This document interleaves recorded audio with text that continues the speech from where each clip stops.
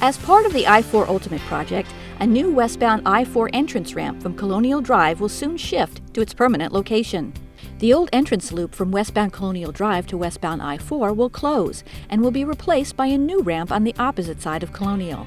Instead of being in the right lane, motorists on westbound Colonial Drive will need to be in the left turn lane to access this ramp. A traffic signal here will allow motorists on westbound Colonial Drive to turn left onto Huey Avenue and enter either westbound I-4 or continue on Huey Avenue. This new ramp also gives motorists going eastbound on Colonial Drive direct access to westbound I-4, instead of driving farther down Huey to get to the next I-4 entrance at Amelia Street. We continue to urge you to pay attention to changing traffic patterns and use extra caution when driving through the work zones. Stay informed about the project by logging on to i4ultimate.com. The website has information about the entire 21-mile corridor and what changes are being made.